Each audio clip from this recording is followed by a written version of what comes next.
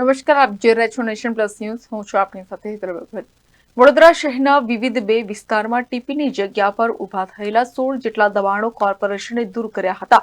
Mahavir હોલથી highway સુધી 2 truck ભરી હંગામી સામાન જપ્ત કરવામાં આવ્યો હતો.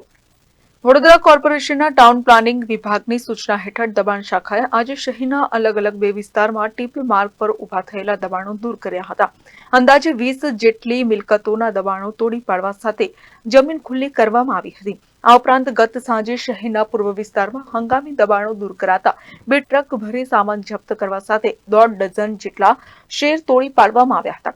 પાલિકાની દબાણ શાખાએ આજે ટીપી બાર નિઝામપુરા બસ સ્ટેન્ડ સામે આવેલ જલજ્યોત એપાર્ટમેન્ટની પાછળ કોર્પોરેશનના રિઝર્વ પ્લોટમાં ઉભા થયેલા દબાણ દૂર કરવાની કાર્યવાહી કરી હતી.